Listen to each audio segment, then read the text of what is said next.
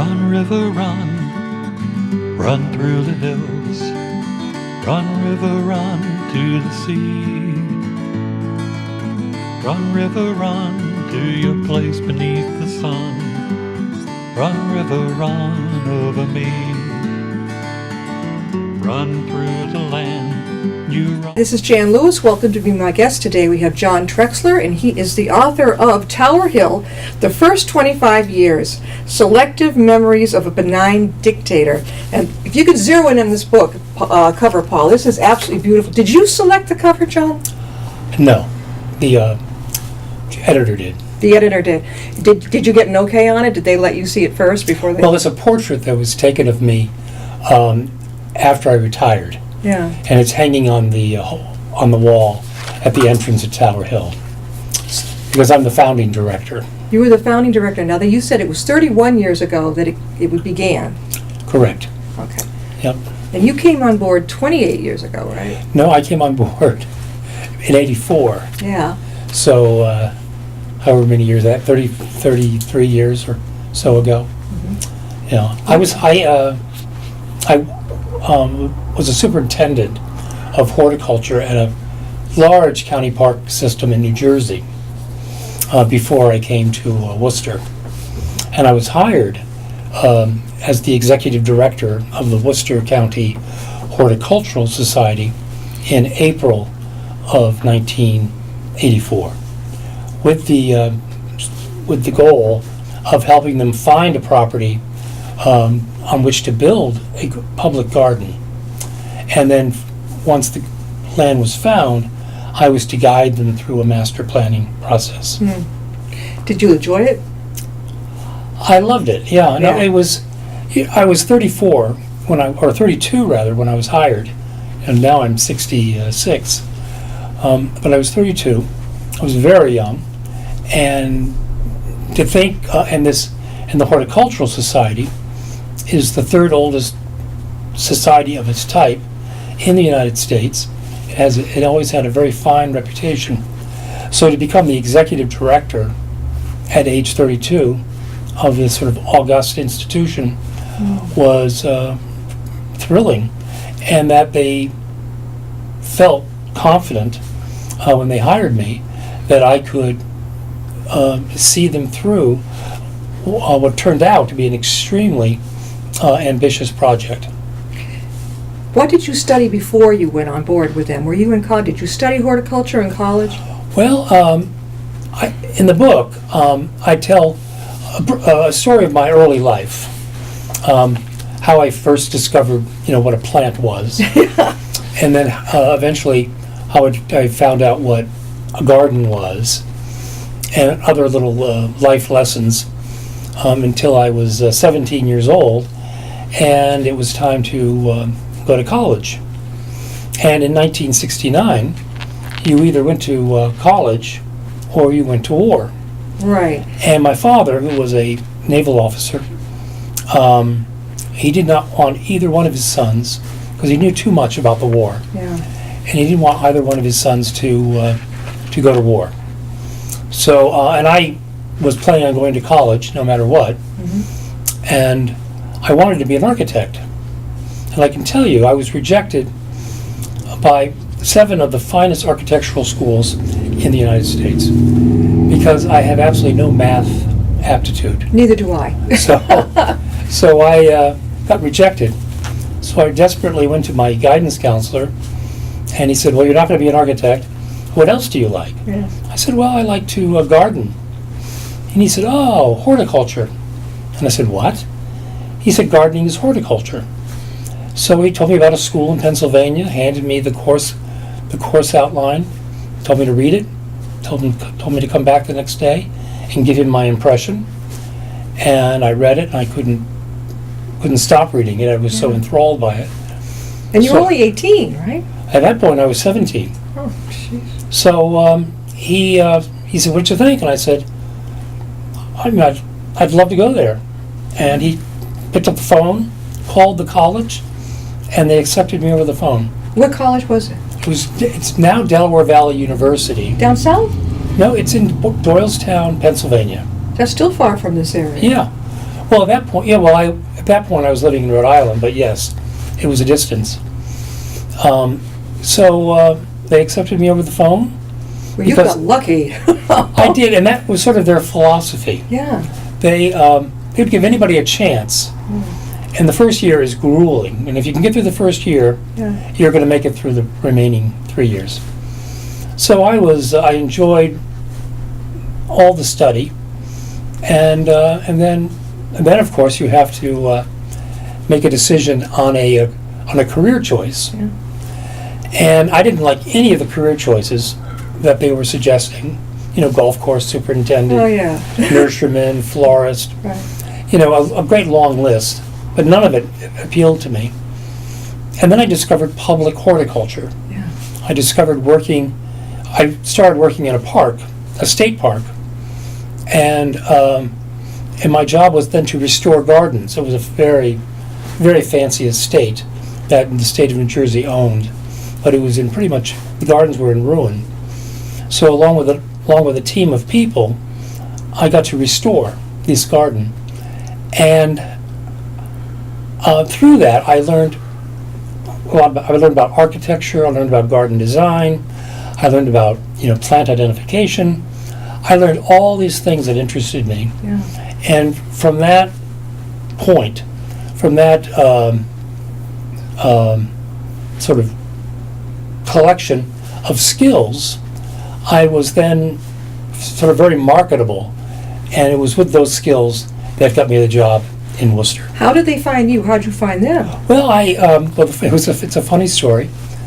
I was thinking about, changing jobs, and I belonged to a horticulture club in New York City, and I went to their annual Christmas dinner, and I was sitting between two friends who started a conversation across from me. Oh, don't you hate that? Yeah. Oh. Well, in this case, I didn't. I had to sort of push Yeah. the chair back and listen.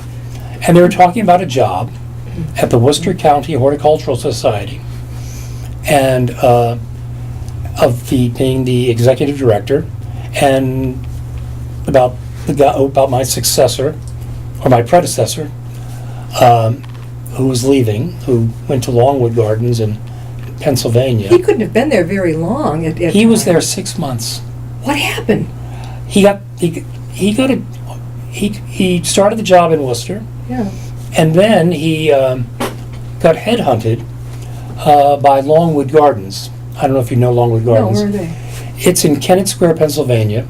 It's the premier public garden in the United States. Oh, that's what. Oh, okay. Premier. That's why he went over there. They have a endowment of $1 billion.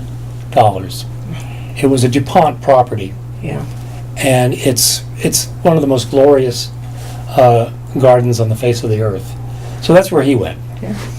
And so he left Little Worcester, and there I was, hired, and went through a very, so anyway, I hear this conversation going on at this dinner in New York. So I went home and I read this professional journal that I had, and sure enough, there was the job listed. Yeah. So I immediately wrote a letter expressing my interest in my resume, and I made a couple of trips back and forth, and I had 3 interviews.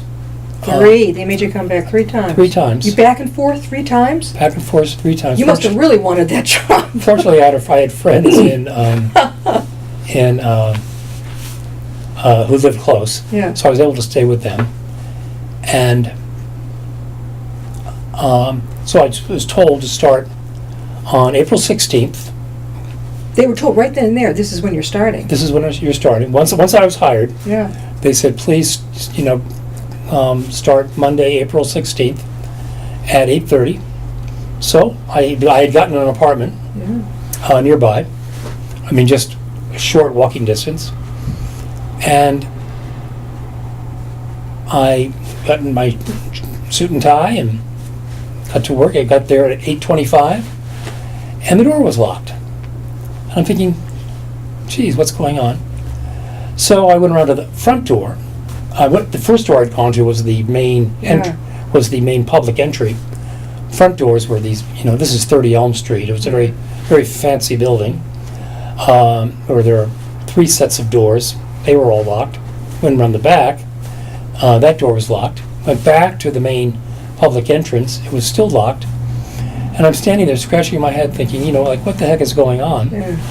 And then I heard this little voice behind me, and it was this guy who had been the education director, who had quit the Friday before, along with the secretary. Why are they all going away? Well, they quit because they didn't like the idea of the society leaving Worcester Okay. and sort of abandoning this central location in Worcester. So they really did the honorable thing. They didn't feel they could be supportive, so they had quit. It just turned out they quit on Friday the 13th. So at any rate, the guy standing behind me was Gary Cipro, who has since passed away. And he said, well, I knew he said, I just remembered they had told you to start today. Yeah. And he said, well, today in Massachusetts is Patriots Day. Oh, gee. And it's a holiday, Oh. and we're closed. Oh, great. And he said, but, I apologize for the mistake. And I'm thinking, well, this is a great way to begin. Yeah. He gives me his keys, Yeah. gives me his security code. I get into the building, and there I was all by myself in this 25,000 square foot mausoleum. Did you find your office? I knew my office. It's Yeah. this glorious built room Yeah. with all this cherry paneling. It's a very fancy building. And the first room you walk into is the library. Yeah. So I made myself very busy and learned a lot about the institution. And I stayed there for a full 8 hours, took my half-hour lunch, Yeah. went back. At the strike of 4, I went home. And I thought, well, that was an interesting experience. One person called me to apologize, because it was a trustee who also remembered Yeah. that they had asked me to start on a holiday. Yeah. So the next day, there was nobody there, of course, the next day, because everybody had quit, except for the custodian. So the custodian was there, and so he and I walked around and looked at things, and but I just knew what to do, and I knew how. I just started making phone calls and making contacts, and connecting with the community, because what they wanted to do was extremely ambitious, more ambitious than they realized. What was their vision? Well, their vision was to sort of, I guess, develop sort of a small horticultural center Yeah. on at least 50 acres of land. Right. And of course, I had to find the land, and the inventory of properties that my predecessor had put together, none of them panned out. They all fell by the wayside, and there was 15 properties. I added another 10 to the list, and Tower Hill turned out to be number 25. It was the last property we looked at, and it was just love at first sight. Yeah. It's a beautiful property. Where is it located? It's at 11 French Drive in Boylston. In Boston. Is that near Route 70 at all, or 140? Oh, it's right off of 170. It's easy to find. Yeah, 70 skirts sort of a long boundary of the property. Yeah. French Street is just a turn off of Route 70. We are talking with John Trexler, and he is the author of the book Tower Hill, The First 25 Years, Selective Memories of a Benign Dictator. And I love that. This is a beautiful book. You can find it right downstairs as well. John is going to tell us how can people get a hold of this? Well, it's very easy. You can get it on Amazon. So just go to Amazon.com to books. They can type in my name, John Trexler, or they can type in the words Tower Hill, Botanic Garden, and it will pop up. It's I think it's $28. Yeah. Or they can get it at the shop at Tower Hill. Right there. Is there like a store in Tower Hill? Yes. Oh yeah. There's a very nice gift shop. I haven't been there. When was this picture taken on your cover? 2012. Okay. Do I look too different? Do I look very different? Well, you look I don't know if it was the camera lens, but you looked like much taller in the picture. Oh, I'm 5'8". I'm not tall. Well, they made you look like really. Yeah. Yeah, you had your pink shirt on too. This very shirt. Yeah, you had your pink shirt. This is a great picture of you. And the sort of subtle addition of the bust of Augustus Caesar. Yeah. That's there as sort of a bit of a joke, because Augustus Caesar was a benign dictator. And of course he was the first emperor of the Roman Empire. Why did you think of yourself as a benign dictator? Well, I didn't think of myself as that. One of the trustees, the woman who actually called me and apologized for having me start on a holiday, her name was Isabel Arms, and her family had owned a factory in Worcester, so she was a Worcesterite from beginning to end, and she was so sort of amazed by the pace that I was on and getting them on. You know, sort of quietly cracking the whip to just keep moving, smiling and being charming the whole time. And she said, what you've accomplished could have only been accomplished by a benign dictator. So, did you take that okay? Oh yeah, because Okay. benign is a very nice word. Yeah. And dictator is not really a bad word. It just means that, it kind of means you're an autocrat of sorts. But I was never really that. But I'm very goal oriented as opposed to process. And every goal requires process. But you get too bogged down in process. I don't like meetings for meeting's sake. I want meetings to produce an end result. And that's just the way I always was.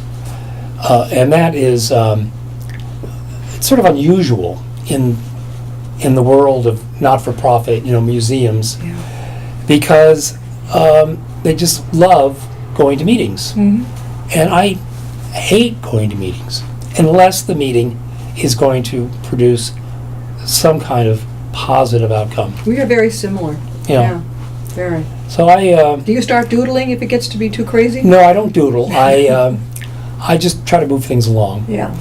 And so that's what, for 28 years, that's what I did. And then I got, I'm not going to talk about my health, but I had health issues.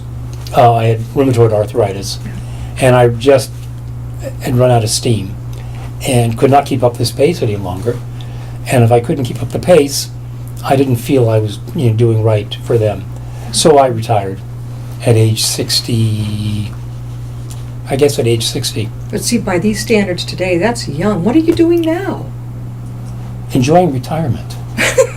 Yeah, but what is retirement anyway? Well, actually, what I've been doing is really just dealing with a lot of health issues. Yeah. You look great. If that helps any. Well, I look great because I just got a pacemaker. Oh, my mother had one. How do you like it? Well, I've just got it. It's brand new. I haven't even had it for 2 weeks. Was it scary when they put it in? Well, it's 2 weeks today I've had it. And, well, you're knocked out. Okay. It's a little weird because you've got a little of a lump in your chest. But I couldn't breathe. My heart wasn't functioning properly. Yeah. And now it is. It's beating just right. But all these sort of ups and downs, mostly downs, have finally culminated in this surgery. So I feel much better. Yeah. But I wrote the book. Yeah. How long did it take you to write this, John? It took about 3 years. That's pretty good. Yeah. Yeah. So you started before you retired? Right? No, I started after. Afterwards, yeah. Afterwards. I started after. And I've just started sort of sketching it out. And then I spoke to a friend of mine who's the editor and asked her what she thought. Yeah. And she took it to the publisher, the idea. He loved the idea. Yeah. So I just started writing, and they didn't change a thing I wrote. I mean, they certainly had to edit punctuation and spelling and things of that nature, and they shortened a few sentences and took out a couple of expletives. But all in all, it just sort of sailed through. So since everybody seemed to have left when you came on board, were you responsible for hiring people back, getting people to? Oh yeah, the first person I hired was a administrative assistant Yeah. because I need somebody who could, deal with the general operation of the office and answer the phone and do all the things that such a person does. And then I hired an education director or coordinator, and the woman I hired was just outstanding, and she was there for many years at the Horticultural Society and at Tower Hill, and she was just a dynamo. There was nothing she couldn't do. I bet that made a good match with you because of your, Yeah. yeah. We're still, she's retired. We're still very, very good friends, and so she was a breath of fresh air. And then as we needed a job title, we hired. The librarian retired. I hired a new librarian, gave her more expanded hours because I had the library is very important. Right. It's a collection of books, and they have 6 centuries of horticultural and botanical literature. 6 centuries. Yeah, 6 centuries. That's a lot of centuries. It's a lot of centuries. So they own some very fine books, and they also have what we call the non-living collection. A lot of portraits, a lot of works on paper, a very valuable collection of things. So, but at any rate, as we needed people, they were hired. And we bought Tower Hill, so we needed a groundskeeper to start with, someone to mow the grass, Yeah. weed and edge. Then that was pretty much it. We only had about 6 people when we moved into Tower Hill, and on April Fool's Day, actually no, we bought Tower Hill on April Fool's Day, 1986. That's when it was purchased. And we moved in on August 4th, Monday, August 4th, 1986. We had to, get the house painted, Sure. and sort of, get the library sort of. So there was enough resettled. money to get all this done. Well, yes. We had what we called. We went through phases of fundraising, and the acquisition of Tower Hill was phase 1, and it was a $2.5 million goal for phase 1. Tower Hill cost $675,000, and as we discovered, there was a man who lived across the street who was the chairman of a very large foundation in Worcester, the Fuller Foundation, and they alone made a pledge of $700,000 to phase 1. Yeah. And then, not to be outdone, or just be slightly outdone, there was a Stoddard Trust. They gave $600,000. Yeah. And then there was an Alden Trust. They gave $150,000. And then there were individuals who gave like between $30,000 to $100,000. So in 16 months, we raised $2.5 million. Just 16 months. Less than 2 years. Less than 2 years. Much less than 2 years. And with that money, we bought the property. We restored the house, which didn't need that much restoration. We built a barn, a maintenance barn. We hired a master planner, cost $125,000. Did the master plan, and then built the first garden on the master plan. All of that for $2.5 million, plus a little money to go into the endowment. It was, and we did all of that from starting in 1986 until the garden was opened. Well, the money was raised by 1988. The barn was built in 1988, and the garden was opened in 1990. So 4 years. That's quite a trip. For Yeah. people who don't happen to know what Tower Hill Gardens are, tell us about what it's like when you visit. You know so many? You must know so many flowers and plants that you could just read them off just in your head, right? What's it like when people go over there? Well, it's quite extraordinary. The experience starts at a fairly simple set of wooden gates, which when you get there are open. There's a little ticket booth, so you purchase your ticket. How much is it, John, to get in? Oh, God, I'm not sure I know. I don't know. Okay. It's changed since I've been there. Sure. Yeah, well, yeah, it's been a And while. I have a life membership, so I don't pay. Yeah. So I don't really know. It's not much. It's about $10 or something. Sure. It's not a lot of money. And so you go through the ticket. You go through sort of a nice border of native forest. And then the scenery opens up to a field on your right.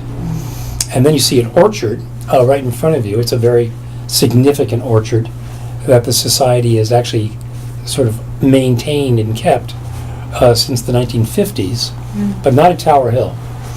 But with apple trees, it's an apple orchard. You repropagate them as you move them from location to location. So they were all propagated, and then part of the master plan was the outline of this orchard. And then there's the parking beyond that, and then the entry, a very clear directions to the building, to the main education and visitors center. And then your experience opens up, and it's quite awe-inspiring. Yeah. Truly awe-inspiring. What is the design? Is it Victorian? What do you think? No, it's sort of in the style of a country place, of a country estate. Almost like Britain, right? Yes. English. It's English. It's Italianate. But all of that is it's somewhat downplayed, because what's really important is the panorama, because it is on a hill, Tower Hill, and when you get there and you look to the left, there is the Wachusett Reservoir, this right. lake, Yeah. and there's Wachusett Mountain, Sure. and so the whole inspiration of the native New England landscape is really what dominates. Yeah. And then there's the gardens, and each garden is somewhat divorced from one another. They have a very clear cadence to get from one to the next, but they're separated by building or by other sort of clever landscape touches. Do you miss it? No. I mean, do I miss being the director? Would you miss being there every day? No, not at all. No. No, I mean, I had a good run Yeah. for 28 years, and I loved what I did. I enjoyed writing the book about it. I think the book is very important Yeah. because it tells a very humorous story. Yeah. It's a good read. I haven't read it yet, but I can't wait. This sounds like a lot of... Look at the kids in this picture visiting. It's a very good read, Yeah. and I can go anytime I want for a walk. Oh, sure. So, but do I miss the meetings, and do I miss Yeah. all the administrative details? No. Not in the least. You're like I am. I'm like, keep the red tape for someone else to handle. Let's just get to the vision right Yeah. here and get the goal. Let's get cracking. So it was a lot of fun. Well, again, we were talking with John Trexler, and he is the author of a wonderful book called Tower Hill, The First 25 Years, Selective Memories of a Benign Dictator. And you were actually there for 28 years. Yes. Yes. So the first 25, I think that First 25 years of Tower Hill. the first 25. You look so happy in the picture, really. You look like you were... Did they tell you you had to smile, or were you just like so Actually, happy? I was in pain that day. You were in pain? Arthritic pain. Oh, my God. So he took a lot of pictures, and he took many, like over 100. So John, again, how can people get a hold of your book? they can go to Amazon.com, type in my name, John Trexler, Trexler, or they can get it at the shop at Tower Hill. So if you haven't been there, it's very close to Upton and the surrounding communities. So by all means, try to get there, because it's well worth the visit. And you'll see the book in the gift shop.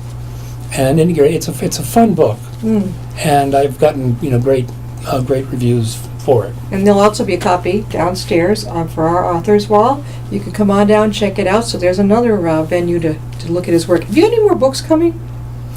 Well, actually, I'm in the process of writing a book. It's a sort of a mad tourist's guide to Rome, the city of Rome. I have a passion for the city of Rome, Yeah. and I've been there, more than 20 times. Yeah. So that sounds like fun. You're going to get, have you started it? Yes, I've begun to put my fingers on the pad. On the pad, too. But I'm thinking. You're thinking about it. Yeah, but the publisher likes the idea. How could they not? If this is going to be a winner, can you find this at Barnes & Noble or Tatnack at all? No. Okay, but it's a No. shame. That's why I was suggesting get over to Tatnack. I will get over to Tacnet, yeah. Definitely. I'll It's right suggest there. another place to you, too. Just around the corner. Definitely. Thank you, John, so much for being with us. Yeah, thank you, Jan. And I can't wait for the next book to come out, right? Well, give me 3 years. I'll give you 3 years. We'll see you next time and be my guest. Thank you.